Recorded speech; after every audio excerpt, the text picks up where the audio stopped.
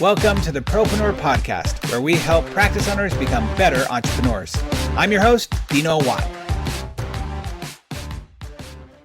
And welcome once again, everybody, to the Propreneur Podcast. I'm your host, Dino Watt, and excited to have you here for another episode where we interview people who are really trying to make a difference in the industry, whether it be ortho or dental or really any private practice owner, giving you the best practices possible. And today we have a very special guest. Matter of fact, probably our most popular guest of all time, Janelle Baum. No, just kidding. You guys. Ben Winters is here with us, and he's going to talk to us all about social media and how you can use it to help scale your business. Listen, the fact of the matter is there's just one you. And you've known this since you got out of dental school or ortho school or whatever specialty you're dealing with, that you can only scale so much. There's only so many days in the week, so many hours in the day, and there's only you. And even if you get an associate or a couple of associates, but how can you do it in the real world that we're dealing with now? We have an opportunity in our industry, or in any industry really, to scale our businesses like never before internationally because of free apps, free opportunities. And so I'm really excited to talk to Dr. Ben Winters today. And before we get into that conversation, again, just thank you everybody for promoting the podcast, sharing it with your friends and your colleagues. That's the best way that we grow our podcast. And you've seen the evolution of this podcast over the last 120 episodes. So very excited to have that, and very honored that you would actually share this podcast with other people. So that being said, let's introduce our two guests today. First off is Dr. Ben Winters. He's known as the Bentist online. If you haven't followed him, go right now, stop your car, pull over, and follow him on TikTok and Instagram. And he has over 20 million followers. He is the most popular social media influencer in the dental space, with over 1 billion views collectively over his dental education platform. And that's pretty impressive no matter who you are. And with us is also his right-hand person, Janelle Baum. If you haven't followed Janelle Baum, and I believe you're an influencer on social media. Is that correct, Janelle? That's correct, Dina. And she is silly, funny, influential, and somebody who just is willing to just put herself out there with wigs and costumes, and Noodle the Clown is her alter ego. So Beyonce has Sasha Fierce, Janelle has Noodle the Clown. So that being said, let's get started. Welcome to the show, you guys. Welcome. Thank you for having us. Absolutely. Well, we always start off with the story. So first of all, let's talk about your story of how did you decide to become a dentist? Like, did you have some traumatic experience? Are you a third generation dentist? Like, what was your story? Yeah, so basically, I kind of came from the orthodontic route actually initially. So obviously I always had good experiences with my dentist and everything, but when I was 13, I got braces, like most other kids get braces, and my doctor was just so different. So just a little background, my whole family is pretty much doctors. And so I'm used to seeing doctors in that type of world and more professional and all that type of stuff. And then all of a sudden I go to my orthodontist, and he was a special kind of guy. He had his chairs were like hot dogs, and his chairs were hamburgers, and he wore these crazy glasses that had like all these like paintings on them, and he wore a different pair of Converse every day. Like, he was a wild guy. He looked like a mad scientist, right? And so I was just seeing he was bouncing around and having fun, and everybody was just kind of happy to be there, which is different than the dental office side of things, where it's, more quiet and relaxed. And it was fine. I didn't have any bad issues with it. But then even you go to the doctor, and it's like people are kind of nervous, and they're sitting in their chairs, and everybody's really professional and can't talk, and it's quiet. And this guy's blasting music and having fun. And so I just had a great braces experience with him. And then also I kind of realized that he wasn't like doing too much work either. I saw that he was just kind of hanging out, with the parents and smoozing and talking. And I was like, man, that's really interesting, because he just comes over and says hey to me, and he looks like he's having fun, and he gets to wear cool shoes, and he doesn't have to wear this white coat and be all buttoned up all day. And so I got really kind of intrigued by that. And so I'm a really early adopter of the internet. My dad went to MIT, and we had like a Commodore 64 C64 that we were command prompting on as kids and all this type of stuff. And so we got the internet really early. And so at the time, I believe it was like Ask Jeeves. And so basically I typed in, because I'm a very much a work smarter, not harder guy. And so I typed in, it's kind of funny. I was like, what job makes the most money with the least amount of work? And funny enough, orthodontics popped up as like the #1 job in America, like 10 years in a row or whatever. And so basically through that process, I just had so much fun that I was like, I think this is it. I think this is what I want to do. I want to be an orthodontist. And so I went and told my family at age 13 that I'm going to be an orthodontist and this is what I'm going to do, and my dad is like, I thought you were going to be like the 3rd generation doctor. And so he didn't really kind of believe me. But then the funny thing was, I was getting some surgery or something like that.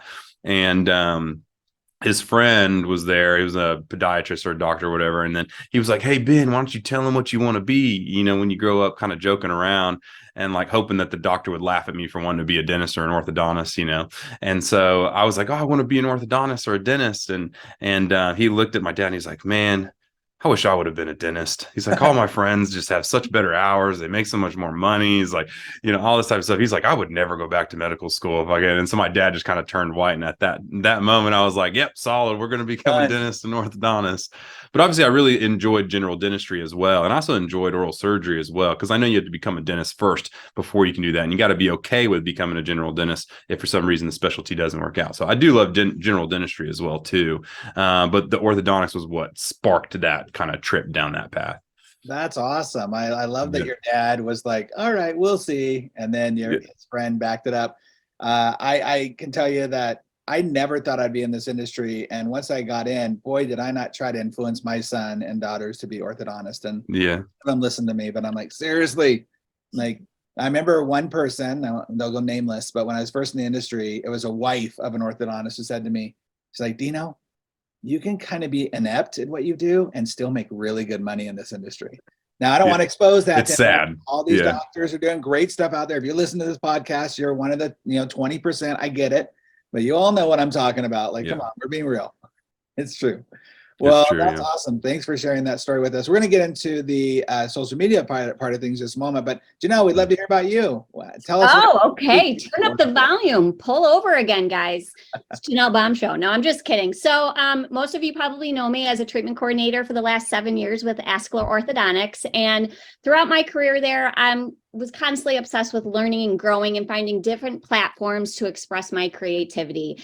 And long story short, I landed this job completely accidental. I jumped on a discovery call with Ben to learn about Busy for myself, and assuming I'd apply it to C.O.R.E, assuming I'd still work there. And at the end of our discovery call, I said, so what happens next? Your sales rep calls me and, follows up with me. And he was like, no, I don't have one. I'm looking for someone with a fun personality and who knows and is good at sales. And I literally looked at the camera and was like, well, that sounds like me, jokingly. And then there was like this long, awkward stare, and now here I am. So, I'm just loving what I'm doing and being able to still be, surrounded in the ortho industry and meeting a bunch of great new doctors and different reps and different companies. It's been great. Well, it's a good thing he didn't end that with, do you know anyone? Yeah. Any contact information? Not you. Anyone else? So that's great. Well, that's amazing. Well, thank you for sharing that with us. Okay, so let's talk about how you got into this. I mean, dude, 20 million, I'm sure it's grown since, last time I saw those stats, because it grows every day. Once it gets into this perpetual motion stage, right, it just keeps growing. So we see all the accolades for those of you who are watching on YouTube. You see all the accolades behind you with the YouTube. And forgot about all those. Yeah. So tell me, well, you're just so used to it. It's just around you all the time. It's like white noise. I get it. So tell us a little bit why you decided to jump in. You talked about being early adapters in the internet, but social media is a very interesting animal. And how did you get involved with that? Yeah, so initially I used to be, I know I don't look like it anymore, but I used to be a bodybuilder back in the day, and I used to actually work in exercise physiology. That's so crazy. Me too. And I worked with collegiate athletes at the University of Oklahoma and did personal training and all that type of stuff. So at the time, Instagram was kind of the hop in place. And so I kind of learned how to grow a little bit of a business there. And so we had actually grown to about 50,000 followers prior to getting into orthodontic residency. And then when I got into orthodontic residency, I thought it was kind of a weird thing to be posting shirtless pictures and then seeing kids on a, on a daily basis with your Here's your parents and dentist, patients. Yeah, exactly. And so I was just like, I don't think it wasn't really doing much for me. You couldn't really monetize very well on Instagram back in the day. It was pretty much like, it still really is that way on Instagram, by the way. They don't really pay you anything. But so anyways, all that stuff happened. I was like, let's just cut it off. So anyways, through residency, all that stuff happens.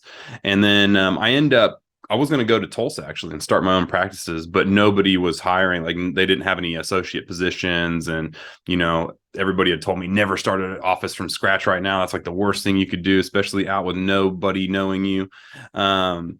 And so I was like, okay, I guess I got to find a job. And so at the AAO, actually, we met up with a group who actually had just bought out Ben Burris's practices. And so they had bought out all of his practices, that whole story. I don't need to get into all that.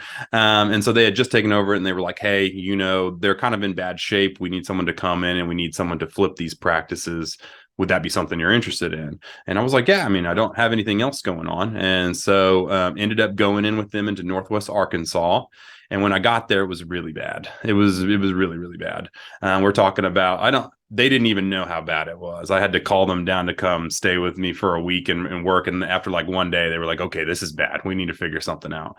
And it was like patients 5 years in braces, extraction spaces still. We had to tell them that they had another 3 years in braces and they had to get implants to replace the teeth that they were. And this was like 100 patients a day like this daily for about the first year. So it was pretty brutal.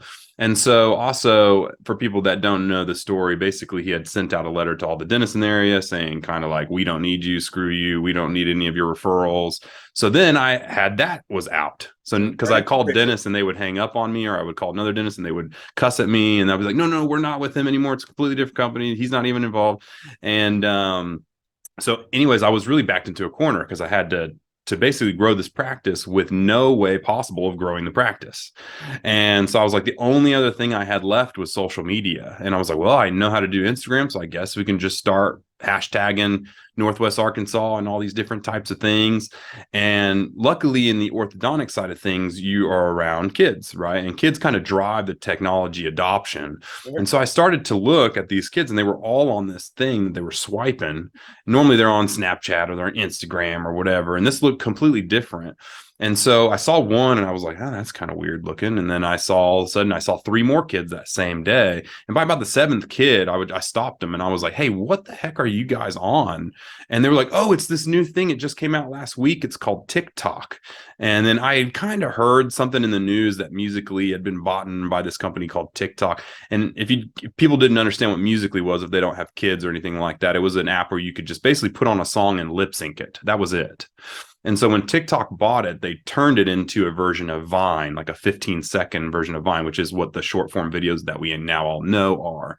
And so I looked at it and it was really the first time in the history of social media that I realized people were playing off of each other to make the videos. So in context, in Instagram, you had to show up each day and say, what am I going to make? I gotta figure out what I'm gonna post, and that's a really, really tough thing to do.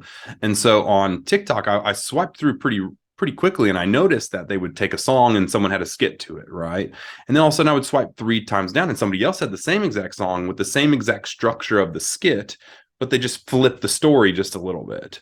And then I saw 10 more people doing that. And I was like, okay, this must be something that they do here on this app. So I was like, I'm really creative on kind of like riffing off things. And so Work Smarter, Not Harder again, I came in and I was like, let's take the song, let's take the skit, and let's make it orthodontic wise, where I'm arguing with the patient getting their braces on and off. Because the song in the background was about, on and off, on and off. Right. And so I make this quick video with my team and we post it and we don't think anything of it. And we come back the next day and they were like, hey, did you check the video? And I was like, oh, I totally forgot I even posted that. And we checked it and we had 10 million views, 1 million likes, and we had 100,000 followers overnight. And this was all underneath the corporation's name too. I didn't even tell them I was doing this. So At that point, I was like, holy crap, there's something to this. Turns out now that I know, I was the very first professional on the app. I was the very first, probably adult on the app that was doing anything. And then really quickly after that, probably a week or two after that, TikTok reached out to me because they were trying to age up the app. And so they see me, they find me, they call me, and then they say, hey, we're starting up our very first ambassador group. We want to have 4 ambassadors for the app. We want you to travel across the United States. We want you to go to VidCon, the MTV Music Awards, TwitchCon, talk to these people, go state to state and try and grab new creators and grow this app. And when we met them the first time, their first employee office was no bigger than a 1,500 square foot dental office. Wow. It was really tiny. There's only about 5 of us, in there. So it wasn't a big operation at the time because it was brand new. Sure. And then, from there, kind of to quickly jump through the story, we continued to grow. The orthodontic office I was with, the corporation, actually didn't think it was that valuable of what I was doing. And so I asked them to compensate me for all the new practice, stuff I was bringing. Yeah. They said, we can't guarantee that all these followers across the America are coming into our one office in the middle of Arkansas. But yet that 1 year, we actually turned that office from the worst office in probably all of Arkansas to we actually won the best office in Northwest Arkansas against all the private practice doctors in 1 year. Wow. And so basically they said that they didn't care. So I just started a brand new account. I had to figure out a name for it. My name's Ben. I'm a dentist. The Ben Orthodontist didn't sound as good. And so I went with the Bentist. And, I talk about I don't talk about specifically braces stuff. I talk about kind of a wide range of just everything educational from top to bottom. So it kind of makes sense. People do get a little confused sometimes because they're like, are you a dentist? Are you an orthodontist or whatever? But so we grew from there and then continued rolling. And then off that, YouTube hired me to start their short form platform. Instagram Meta hired me to help them with their Reels short form launch and their platform. And so I've been really in the space for a really long time, and been doing this for a while. But I'd say the major transitory point was 2019 going into the pandemic, with a group of kids, Charlie D'Amelio and Addison Ray and Little Huddy and all these kind of kids that came in at this time really catapulted it to a whole new breadth. And then just sky's the limit from there. And we've been moving and zooming ever since. Well, a lot of your content is, from what I see anyway, is based on something that I think is really underutilized. And when a lot of doctors like, well, do I have to, dance and lip sync, all stuff? A lot of yours is reaction shots to what people are actually posting. So it's content that's already there. And then you're just giving not only your professional opinion, which puts you in a different status because you're not having to be silly, but you're also educating. You're giving really great information. How did that shift happen from the lip sync stuff to that?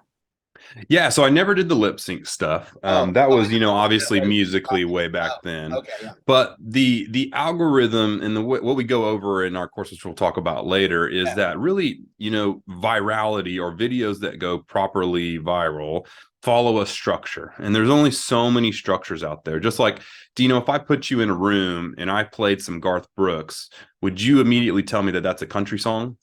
Well, sure. If I play another random country artist that you've never heard, would you be like, yeah, that sounds like country? Yeah. Why is that? Why is a rap song, country song, a country song, a rock song, a rock song? It's because the same way that a viral follows a structure, music follows structures. Sure. There's structures everywhere. Yeah. So, there's been always about 7 to 10 different structures that people follow in the world to make a viral video. And so all I did was kind of go throughout these past 3 and 4 years and test all the different structures. So at the start, it was more of a skit structure. It's a storyline structure. You have to watch to the end to figure out how the story ends. So we did that a while. That's what we call trending content now, where we can riff off each other and do trends. And really, that's one of the ways that I send a lot of doctors to that, because it's literally, you don't have to think at all. You just show up, see what's trending, and then you put your little dental spin on it. So you just have to think barely on it, but that's one. we talked about the process trend that we were talking about earlier, where you said a sugar cookie person making it or a crock pot recipe. Those are all processes that somebody are trying to follow a process and watch to the end to see how it turns out. So I did that with making retainers. So I made retainers from start to finish, and that blew up and went crazy. And then I did a whole new series of making crazy retainers with fangs and all these bling bling and all that type of stuff on it. And reaction is just another structure. It's one of the 10 structures. And it's just basically where, you take a video that's really popular and tried and true in the algorithm, and you pop in and close the curiosity loop. So most of those videos are like, what the heck is happening here? And then all of a sudden authority pops in and I tell them what the heck is happening there. Right. And they want to stay because they want to know what the heck is happening here. So you're kind of getting the gist of how these work. Is it's just getting you to watch to the end. So you have to figure out what structure works for you as a person. So like you were saying, people are like, I don't want to dance, I don't want to do that, all these type of things. And you're right. I don't want to do that either. And a lot of other doctors don't want to do that either. Well, actually, that is another structure where you can follow the trending structure. And I did dance content for a while there because that was the popular structure on the app. Right. And I wanted to test it out, and it did really well because, you see an orthodontist dancing in his office or a dentist dancing in his office and he's having fun. That's a really unique, interesting thing to see. And so basically I've tried all the structures. They've all worked pretty well. Go ahead. Takes you back to what you saw with your dentist or with your orthodontist of like, oh, he's doing something different and unique. Yes. Like I always try to look at things of what that ripple effect is going to be. Sure. Yep. Content's great, but think about the kids that you're inspiring, going like, oh, here's an actual career I could do. For those of you that are trying to perpetuate the idea of being a dentist or an orthodontist is, oh, we can actually take away that. A lot of people probably see the stuffy office. They see the beige walls with the rented furniture, and the doctor comes in the white lab coat who, doesn't really talk to them and just does his thing. But this is giving people an option of knowing, oh, there's a career choice here that I can have fun and not have to take away my engaging, creative personality. Yeah. And I'll take it even a step further and say, the way that I entered into that office and fell in love with what he was doing, imagine if you had the opportunity to do that to every kid in your location before they even come in for braces. Yeah. Now, all of a sudden, they're like, I want to go to that guy. He's cool. He's hip. He's doing the thing. He's the one that I want to do, That's very funny, Ben, because I don't know, it's funny. Interesting is, right now, if you look at all the stats and what everybody's talking about, what's happening in our industry with everyone's going to see 2-3 orthodontists, right? Getting different consults, and people are, how do we, not do that? And I have different methods, but what a great idea of that alone, marketing of saying, let's show them who we are beforehand. Kids are the ones who are really making the choice. If your kid is really being, I want this person, I'm going to do it because I like this person, people support what they create. So the idea of, I want to choose this dentist or orthodontist. I mean, for parents, that's even easier. Pricing is pretty much the same across the board. There's a few little differences here and there, and it's not technique either. Nobody cares about the technique. Nobody cares if you use Damon brackets or whatever brackets. They care about, are you going to be able to make my kid compliant? And in 18 to 24 months, am I going to get the smile that you say I'm going to get? Well, I have a much better shot of doing that if my kid's on board because they think you're cool or interesting, or just they know more about you. And what a great way to do that. Yeah, and it's a weird thing that you brought up compliance, because a weird after effect from all this that I didn't even foresee happening was massive compliance. So the kids that I see come in have watched all my videos. They know me. They love everything. So when I come in and do my spiel about all the things, wear the rubber bands, don't break brackets, all that type of stuff, they're ahead of me on it. They're like, oh, no, trust me. I know you have to wear your rubber bands for this long. You got to do this. I'm not going to, even down to like, I won't even use ibuprofen because I don't want my teeth to move slower. I'm going to use Tylenol. And like, I already know the ice water trick to make the wire deactivate and all this type of stuff. And so they're super patients. And so what we're noticing is those weird cases that are like class 3 bites or something that's really heavily involved with rubber bands. We've basically been slamming them home in like 14 to 18 months because they just wear their rubber bands religiously. They do everything they need to do. And we look like superstars. Like, I'm sitting there thanking the patient every time. I'm like, you don't understand how much you make my life amazing because you're doing what you're supposed to do. And so that was a weird side effect that I noticed.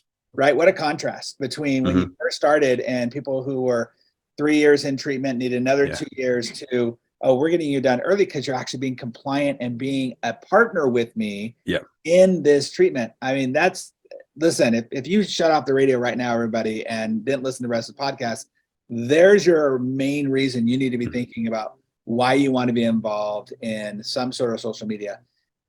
What I want to do is I want to talk to you about, if I'm a dentist or orthodontist, listen to this, and even though there's 10 different modalities, I don't like being in front of the camera, or I don't like how do you involve and enroll the team members into being a part of that? So maybe I don't have to be the one front and center, but I'm still getting the benefit of it. Yeah, of course. I mean, I'm sure everybody here knows Flo from Progressive, the commercial lady. So basically that's what we teach people is, there is obviously you've got those different structures, right? Some of them allude more to an entertaining type person that needs to be in front of the camera, like a skit.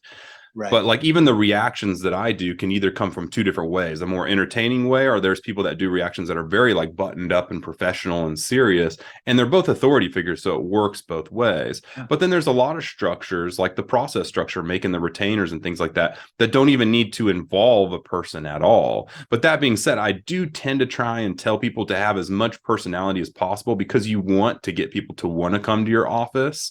And that's why like an associate or an assistant or somebody comes in. A lot of the doctors that are coming in with us, we're telling them to either just straight up hire somebody, and do it that way, or find an assistant who's really kind of well versed in social media and TikTok and understands how to find a trend and things like that, and then having them kind of run it. And a lot of the times the doctor only needs to be in there for like 2 seconds of one shot.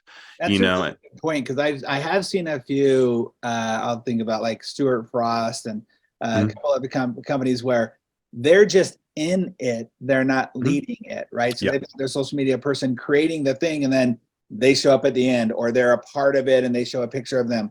So you're still seeing him, but he's not going out there doing a TikTok and stuff like that. So that's a really good point.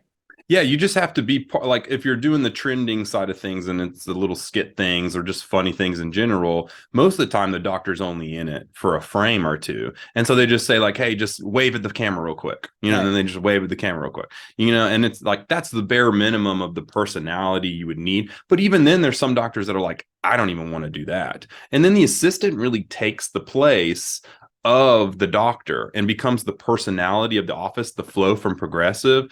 And normally they tell the story from the assistant's point of view or the employee's point of view. It still shows off the office. It shows the fun. It actually shows a little bit more from what they're going to be getting every time they come in, because they're going to be seeing the assistants more than the orthodontist. Now in a dental office, I guess you could do the same thing with, your hygienist and things like that. But, I try and tell people you're going to have more and more better results the further you can become a part of it, because you're a bigger authority figure than your assistant. And so seeing a dentist do a dance, or a dentist do a skit, or a dentist do making the retainers or whatever is going to resonate with them a little more than assistant. But either way, they still both work really well. We have a friend in Houston, and he has two accounts. He has an office account that does really well, and he has his own personal account called Ortho Tricks. And all they do is they just film the inside of the mouth when he takes the power chains off or puts the TADs in or whatever, and he just puts a viral song behind it, and they get millions and millions of views, every single, day probably. And so that has zero personality in it, zero need of anybody. An assistant can just sit there with a phone and film an interesting thing, and you could show them that. Wow, that's great. Well, I'm sure I will get into this a little bit more with Busy about understanding kind of like how people can really learn how to do this. So Janelle, you told us a little bit about how you got involved with Busy. Can you give us like a kind of quick overview of what Busy is and why people should be looking at it? Absolutely. So Busy provides basically a private mentorship to help doctors understand and get the most out of organic social media, and to help them grow and build a practice and brand the right way, all using short form video content. That's the way of social media nowadays. And gone are the days of just posting a bunch of pictures on Instagram. You can see, just looking at all these viral accounts or most popular accounts, it's just video after video after video that they're posting, because that's what the algorithm likes, and that's what the algorithm gets attention from. And that's that's what pushes it. We offer clients a unique insight into social media and how to grow their practice that really can't be found anywhere else, because not everyone else has Ben. Ben works, like he said, with all the algorithm engineers on Facebook, YouTube, Instagram, TikTok, and it's rare to have that kind of learning anywhere else. So when you offer that mentoring, I'm assuming it's across all the modalities, because there is algorithm issues for, say, Instagram or Facebook, and then the threat of TikTok going away, right? Mhm. There's this, I could see where when somebody's already maybe a little hesitant to get involved, to come up with other excuses like that. It's like, oh, it's always Mhm. changing, you got to turn it, and I don't want to have to learn something new. So you walk their, you hold their hands through all of that learning and understanding that as well. So I would say that's a really important thing that we need to bring up, because what we've done and what I do is really, this is the first time in history that you can go viral on all platforms across the entire world at the same time. Oh. It used to be you have to make a tweet on Twitter, and then a picture on Instagram, and then a very long produced video for 10 minutes on YouTube, and then TikTok comes along and just changes everything. And so the algorithm on TikTok, if people don't know, is the holy grail. All these companies are trying to fight tooth and nail to figure out exactly how they've done this. And so they've all created very copycat algorithms. And so what that means is that pretty much if you can figure out what works on TikTok, it's probably going to work on every single platform. And now, that being said, there is the little minute tiny details when you get into it, is there's a different language that's kind of spoken in each platform. Every one of them have their own trends that's happening, have their own life breath that's kind of happening. That's why we just have to teach you how to find what a good trend is and how to catch it at the right time, or do all that type of stuff. But a structure is a structure is a structure. It's always going to be a structure. It's the procedure video is going to work on TikTok. It's going to work on Instagram. It's going to work on Reels. So what I tend to tell people, and what I see personally, is normally it starts on TikTok, and then those trends bleed over like a week or two later into Instagram, and then another week or two later into YouTube. So it's kind of this slow moving thing. But from what I've seen, I just post what I want to post on TikTok, and then I repost it onto YouTube and Instagram. I mean, technically I have a 7-day exclusivity now with YouTube Shorts. So technically I posted on YouTube first, and then I posted on TikTok and Instagram a week later. But if I wanted to do a trending piece of content that I found on TikTok, I would post it there first, because I'm trying to catch that trend. But there's a whole lot of minutes into that. But if you know how to make a good short form video, it doesn't matter what platform you're on. That's what I'm trying to get at. There's no like secret method for TikTok or Instagram or YouTube. Really, it boils down to make a good video that people want to watch to the end, and then figure out how to do that, And so that's what we teach people. It sounds like, with the way that you're doing this and some of the things you said earlier, yes, there's a focus in the ortho and dental space, but am I correct in assuming that this kind of work for any industry that is trying to bring this, whatever business you're in? Say that again. Yeah. Any single person that could have a lead, at all, any business at all, even a restaurant, a law firm, an oral surgery office, plastic surgery office, dermatologist, if you wanted to even create a business. If you guys don't know, I have my own oral care business. We're trying to compete with Crest and Oral-B and try and really shake up the space. We've already sold out 3 times out of our product launches, and we're scaling really fast and talking to Target, Walmart, and all that. And it's all been the same exact way. I just make the same type of structured videos to grow my e-com business. So there's 1,000 different ways you can utilize it. But the thing is, this is a superpower that people have not really figured out how valuable it is to their thing. The thing is, what I'm noticing, even from like our first group of people, it's really tough to get people to do anything. And so you can lead a horse to water to drink, but you can't make them drink, and so, but the information is out there, and it's really not that difficult. You just have to make sure that you have somebody in place that you can hold accountable to actually put the processes in, because if you're it's like a diet plan. If I give you a diet and a workout plan, and you come back 6 months later and you're like, I don't have a six pack. And okay, how many times did you work out? I worked out 3 times over 6 months. It's like, okay, well, that's why, and so it's a little bit of mix of both, but it is there for the taking. It's like the gold rush, where the gold's just sitting on the ground. You just got to go pick it up, Oh, I love your point of, it doesn't matter the business. I mean, can you imagine a restaurant kind of showing, hey, this is how we cook your meal, or this is how we make sure we're clean, or, you know, this is how we train our servers. Like, even in a restaurant space, in every little space, there's a way to show either process or whatever the different ones are, right? You can pick your one. And like you said, think about, I think I saw a video a while ago about how, like, Kim Kardashian has X amount of followers. Compare that to somebody watching the Super Bowl, and advertisers pay millions upon millions of dollars for 15-second commercials, 30-second commercials. And Kim Kardashian double, triple, 10 times what they do on viewership. So her value is that much more. And the fascinating thing about all this is, because I love marketing, I've been studying marketing for years, is this is the first time in history where you could have that many eyeballs on a platform for free. Like, the only thing it costs you is your creativity and actually the time to create the content. Other than that, it's free. Yeah. I mean, it's crazy because, like, when I tell people that we're taking on Crest and Oral-B, they kind of laugh at me. And then I show them the figures about, like, how much ad spend they have and how many views they get per year. And so we do about 3 billion views a year on all platforms together. And so I think that's about 1,000x what they spend on their ad revenue. And so basically, if they're doing 100 million views in ads a year and we're doing 3 billion, it's really not that hard to start getting into the hearts and minds of people in whatever. But that being said, that's me with this lofty goal of building $1 billion oral care company. If you're just trying to grow your office and compete with Joe Schmo down the street, you got to do 10,000 less of what I'm doing, and you'll still beat them by a ton, a huge amount. And so it only takes one video to go viral for you to get 100 new patients, you know? So that's very interesting, because the competitive advantage of just putting yourself out there. You know, I know, unfortunately, there still is in many offices this idea that all you have to do is do good work, treat great, you know, do great treatment on patients, and they'll come. And that's just not true. And so if you have this ability to have some sort of competitive advantage to separate yourself from the other people down the street, why would you not take it? I was going to say this earlier, even if you do it badly, you're at least doing it. Like, you don't have to be a dancer to do dancing TikToks and be funny. Matter of fact, if you're not good, you're probably going to get more views, because people are like, all right, nice try, doc, you know, type stuff. But that is fascinating. I love that you call them super patients.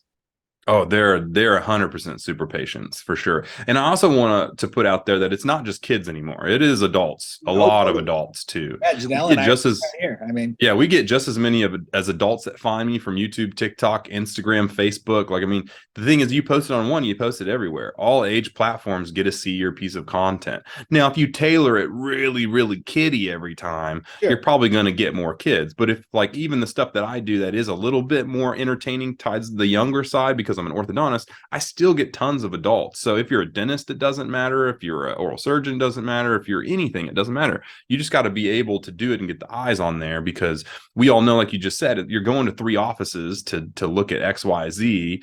And if they already have all this great first impression of you, you're going to win every single time.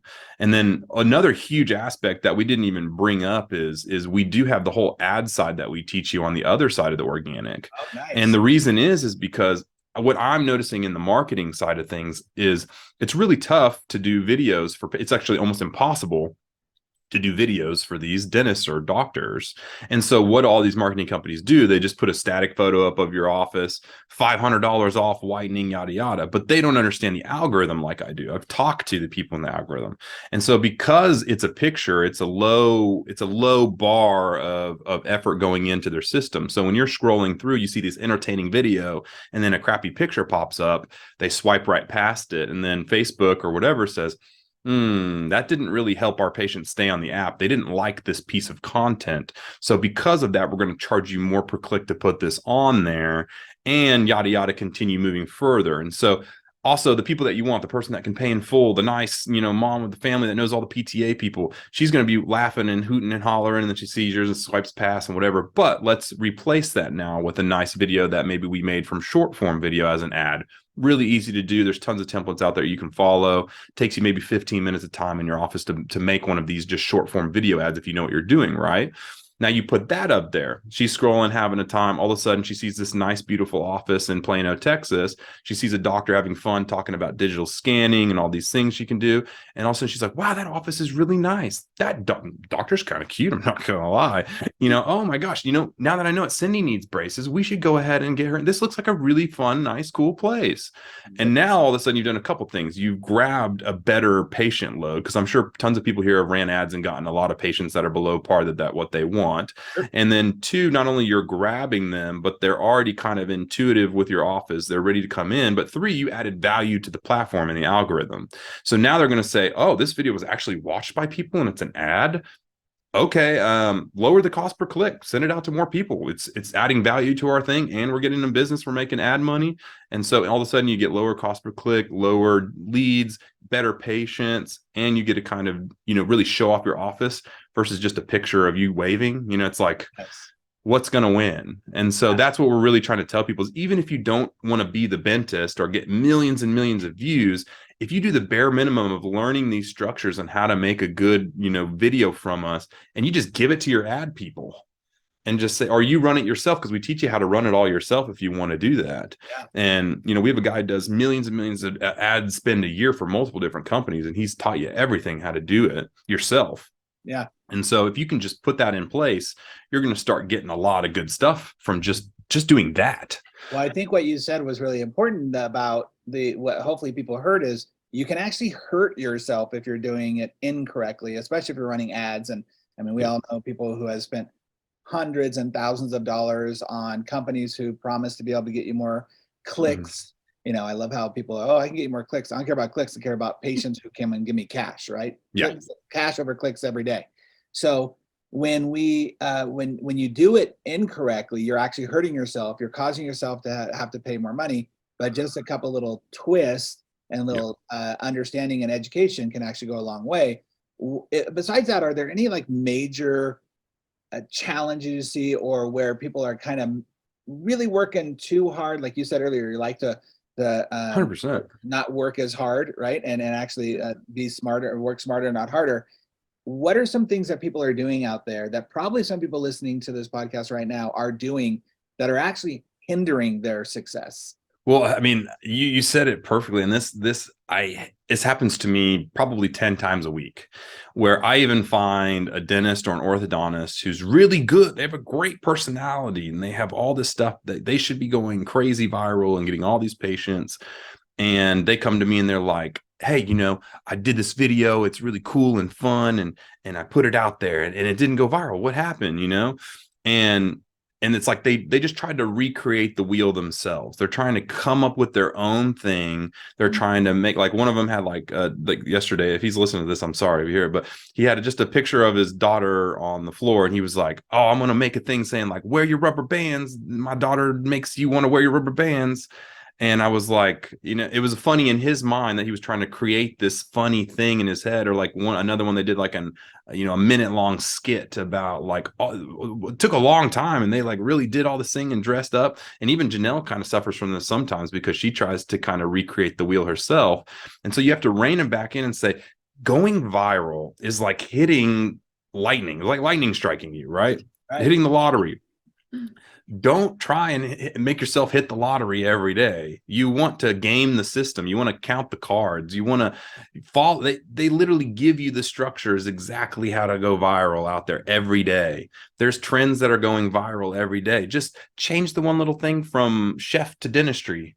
And then all of a sudden you've got the pacing, you've got the editing, you've got how they set it up, you've got the lighting, you've got literally the whole entire frame of story is there. Now, for these really creative people that are doing this, they're like, it's kind of like cheating, I guess, and so they don't feel like it's authentic to them, but then they'll keep posting the crappy content that doesn't go viral. And in an algorithm, that hurts you over time. You lose authority if people don't want to watch what you're watching. And so eventually a lot of these people are putting out this really creative content, but it's just not one of the structures, and it just doesn't mesh things correctly. And you're not talking in the language of a short form video. And so the algorithm trusts you less and less and less and less and less. And then eventually you're getting 2 likes per post. And then you wonder why when you try the viral thing one time, it doesn't work. Well, you've dug yourself in such a deep hole that you got to put about 20 of those good videos out just to break even again. So sometimes we even tell people to create whole brand new accounts. Start all over again. Oh, because they've lost so much authority in these algorithms. But it's just little tiny things like that that I see. But I would tell people in your viewers, don't try and recreate the wheel. Don't show up to your office and be like, we're going to make this whole production and come up with all these ideas. What we call it in the space, yoink and twist. So yoink and twist. You take something and you twist it, and then you make that your own structure. Now, we don't want you to copy somebody word for word or use exactly the same script or do all those different types of things, but think, how can I make this in a dental related way that's fun and entertaining for my patients or whoever you're trying to talk to? It sounds like the same thing in everything, right? Success leaves clues. Just you don't have to totally come up, and it's hard for creatives, right? Because you're so creative and you have this great idea, and I want everybody to see and think this is as funny as I think it is. But to be able to just say, hey, this thing's working, I'm gonna that's what movies are, right? There's no original movies anymore, no original TV shows. Everyone's going, what worked, what sold tickets, let's do that again. And sure, there can be some criticisms about that, but the fact of the matter is, I want people to see my movie. I want people, I want to make money off of it because it will make more of an impact. I want to be able to, in this case, be able to attract the right people, the right fit clients, and actually have more of an impact on the world and the industry as it is. Yeah. And these kids and adults are seeing these trends, right? And they're part of it's like doing the cool thing to do, right? And so if you all of a sudden are using that viral song or you're using that trend that they're seeing, and they're like, holy crap, my dentist is doing this trend. He is so cool. It's like stuff like that. Or the adult, that sees it and they're just like, man, this is such a cool, like, it's a cool office. It's fun. They like to have fun. They seem like they don't take themselves too seriously. Or maybe you're on the other side, you educate about the digital scanning or what you could do with 3D printing or all that. And they're just like, they come from it from a different perspective where it's like, wow, this is a really smart, technologically advanced, authoritative dental office in the area. I don't want to go to Joe Schmo who doesn't even have an iTero, or whatever, and so it's like there's so many different ways to play it, but you gotta it's never been easier. There's actually what you just said there is really important to think about, is that it's a great way to separate yourself literally by saying, like you mentioned the iTero scanner, doing a video showing what we used to do versus what we do nowadays, right? Remember when you used to gag yourself with the goop? Now we've got this. Like, if I'm a mom and I go in, or if I'm a patient, I go in and say, oh, they're going to put the goop in my mouth. Well, I thought that was old school. I thought you don't do that anymore. Now you're already setting yourself apart. So many valuable opportunities to do. But then just one step further on that is you have that idea, right?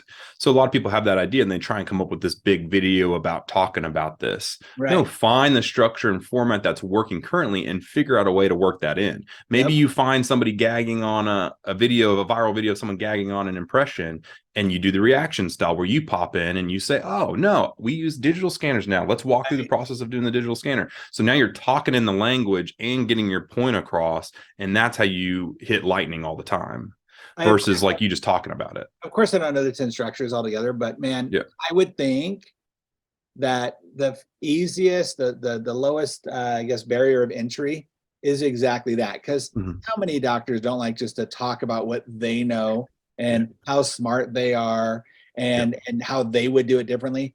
And there's plenty of videos online. You could even, I don't want to mess things up here, Ben, but you could go to Ben's videos. And we teach people that all the time. And then jump in and be like, well, this is what I would do differently. And this is how I would, like you're just picking. And there's people that do that on that. And there are people who do that. There's even dentists that just green screen them over the top of it. They don't even say anything and they just nod and point. Oh, and they go. So I mean, I wouldn't recommend doing that. You're listening to this and you can't nod and point. Like, come on, you got a problem. Yeah, put some effort into it. But I do that all the time. Life's gonna suck. Come on. So now there's quite a few dentists that do this now, or even medical doctors or whatever that do that reaction side of things. And sometimes I'll see their videos and I'll just clip the first 5 seconds of the viral video and then I'll give my own take on it, or maybe I think something a little bit different.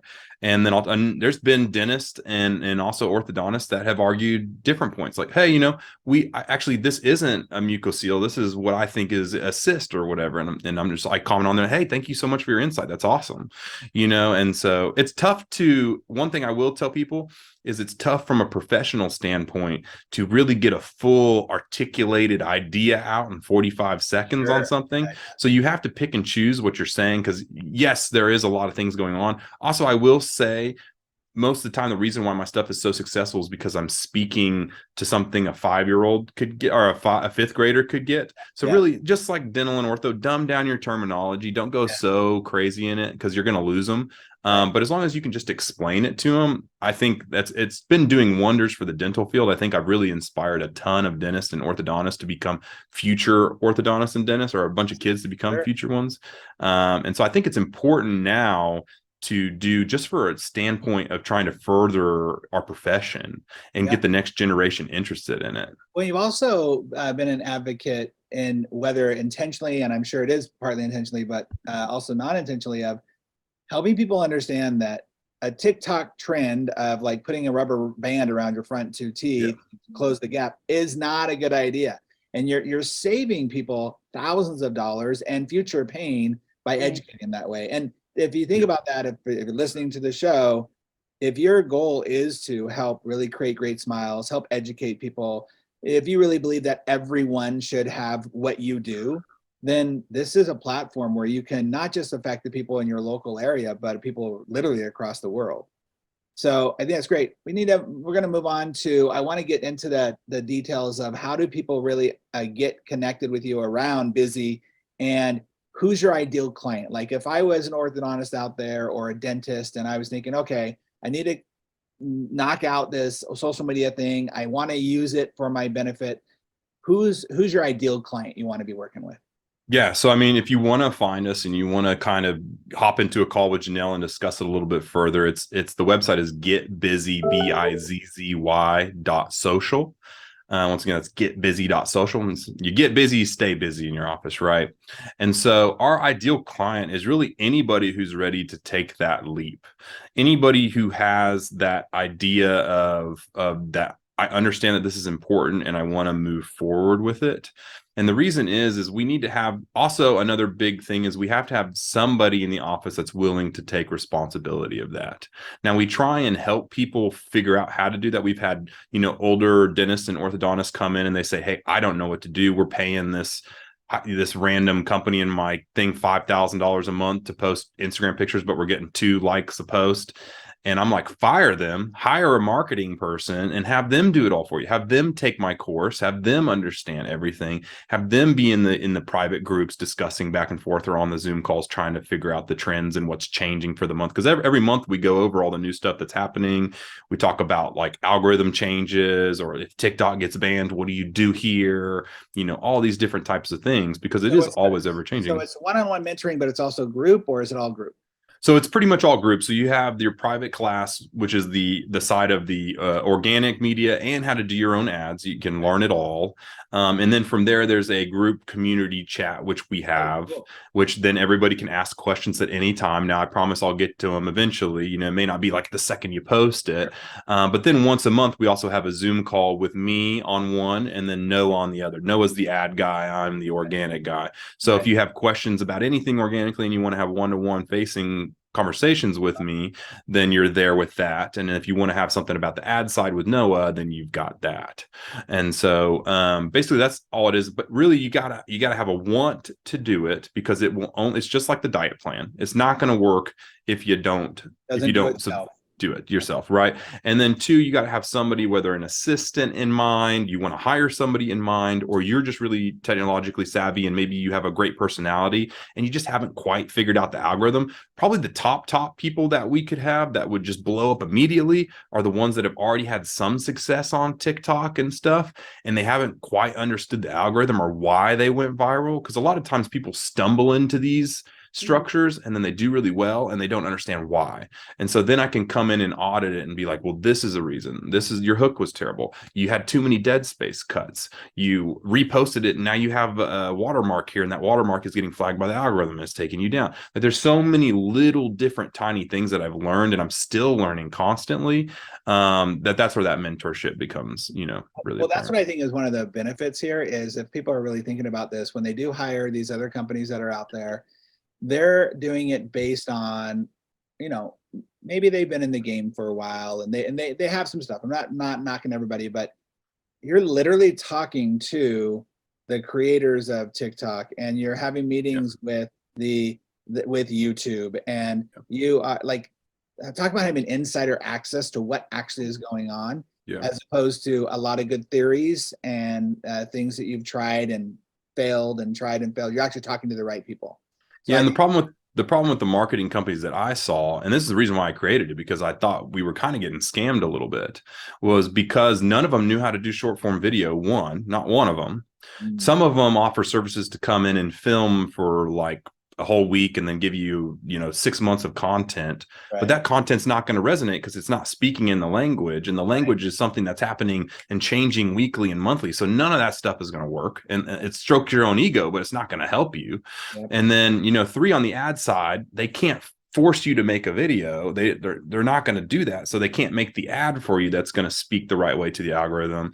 And so what I want to do is kind of take that back into the control of the dentist and or orthodontist and say, hey, just have somebody learn it and then you can do it all. You don't have to pay somebody 5, 6, 7 grand a month to do your ads if you want to take the time to learn it.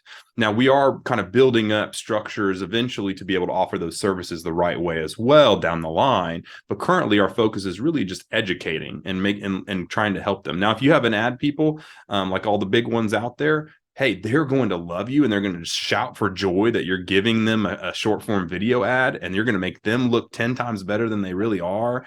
And you're going to be getting better leads and lower cost per click, not because of anything they did, just because you gave them a good piece of content. So there's so much value to it in so many different ways. It's just people just need to really put it into play. Wow. Well, we have come up to our time, and you've just given us a crazy amount of great content and best practices. Remember, everybody, make sure it's getbusy.social and not .com. Getbusy.social. And reach out and talk to Janelle. How we end every single show, and thank you so much for all of your information, but how we end every single show is through 6 rapid fire questions. And what I think I'm going to do is I'm going to toggle back and forth between you and Janelle, so 3 each. And these are like top of mind, fastest thing you could think of, not going into whole stories or anything, just straight. What is the top of mind? What's the fastest? If you only had me in an elevator, what would you say? You guys want to play? Let's do it. All right, we're going to go first with Dr. Ben, and we're going to go with the question is, what is the most expensive thing that private practice owners are missing in their practice? Ooh, the most expensive thing that practice. Most expensive thing. I mean, I'm going to go ahead and go with organic social media because it's costing them a ton of money to not be doing it. So that's right. It's the most expensive thing they're missing. Yeah, especially even having somebody in your practice to focus on social media is a huge missed opportunity. Okay, Janelle, this one's for you. What book do you think every private practice owner should be reading? Facebook. Oh, snap. That was a good one.